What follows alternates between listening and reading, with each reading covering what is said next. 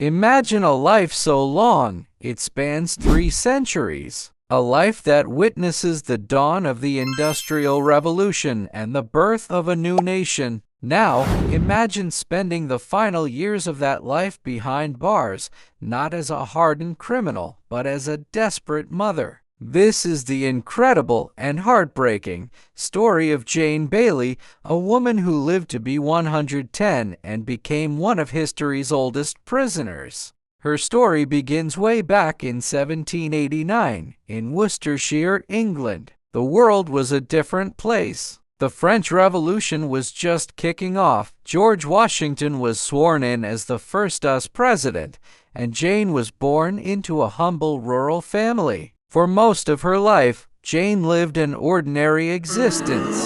She grew up, got married, and raised a family of her own. She was a mother, a wife, a neighbor just like anyone else. She saw her children grow and have children of their own. She experienced the joys and sorrows that life brings, year after year, decade after decade. By the 1890s, Jane was over 100 years old. She had outlived her husband, many of her children, and most of her friends. She was living with her 70-year-old daughter, who was also named Jane. Life for 2 elderly, impoverished women in Victorian England was incredibly tough. There was no social security, no state pension to rely on. If you couldn't work, you were at the mercy of charity or faced the dreaded workhouse, an institution feared for its harsh conditions.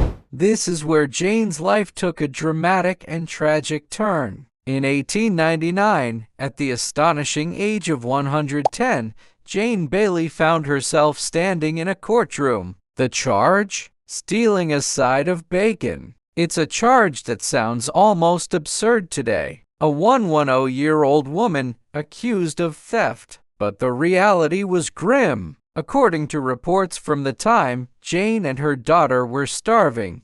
They hadn't eaten in days. In a moment of sheer desperation, Jane took the bacon from a local shop. It wasn't a sophisticated heist. She was caught almost immediately. The shopkeeper, seeing this frail, ancient woman, was probably more shocked than angry. But the law was the law. The case went to court, and it quickly became a media sensation. Newspapers across the country ran stories about the Centenarian prisoner. The public was fascinated and horrified. How could a woman who had lived through so much end up in such a state? At her trial, the details of her poverty came to light. The court learned of their desperate situation, their hunger, and their lack of any support. The magistrate was in a difficult position. On one hand, a crime had been committed. On the other, the defendant was a 110-year-old woman who had stolen food to survive. The public outcry was significant. Many people felt immense sympathy for Jane. Letters flooded into newspapers, condemning a system that would let an elderly woman starve and then punish her for trying to feed herself.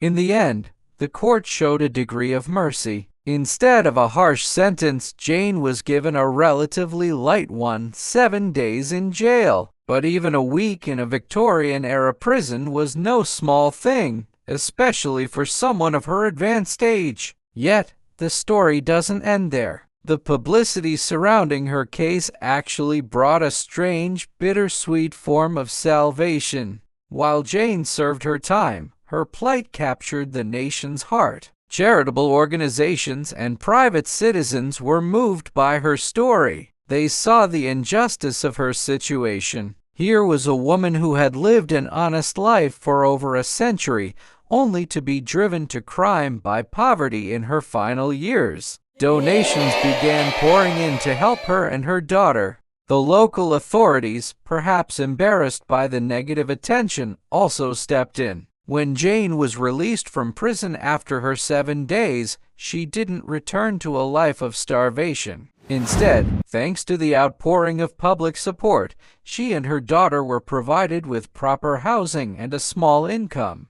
The community rallied around them, ensuring they would no longer have to worry about where their next meal was coming from. It was a remarkable turnaround, sparked by a desperate act. Jane Bayley's story forces us to ask some tough questions. What does it say about a society when a 110-year-old woman has to steal to eat? Her crime wasn't born of greed or malice, but of desperation. She wasn't a master thief. She was a mother, even at 110, likely trying to provide for her elderly child. Her journey from an ordinary mother to a convicted thief highlights the brutal realities of poverty in an era before the social safety nets we often take for granted today. But her story is also one of unexpected hope.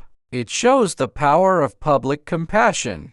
The very act that landed her in jail also brought her plight into the open, mobilizing people to help. Her brief time as a prisoner transformed her from an invisible, struggling senior into a symbol of a broken system, and in doing so, saved her from it. Jane Bayley passed away not long after her release from prison in the year 1900. She had lived in the 18th, 19th, and 20th centuries.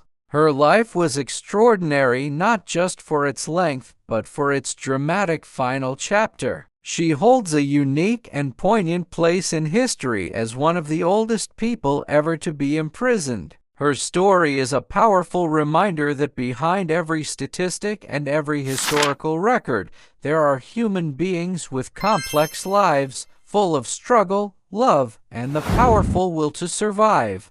Jane Bayley wasn't just a thief. She was a survivor, a mother, and a centenarian whose final days tell us so much about the times she lived in, and perhaps about ourselves. Thank you for watching. If you found this story as fascinating as I did, please hit that like button and subscribe for more incredible tales from history. See you next time.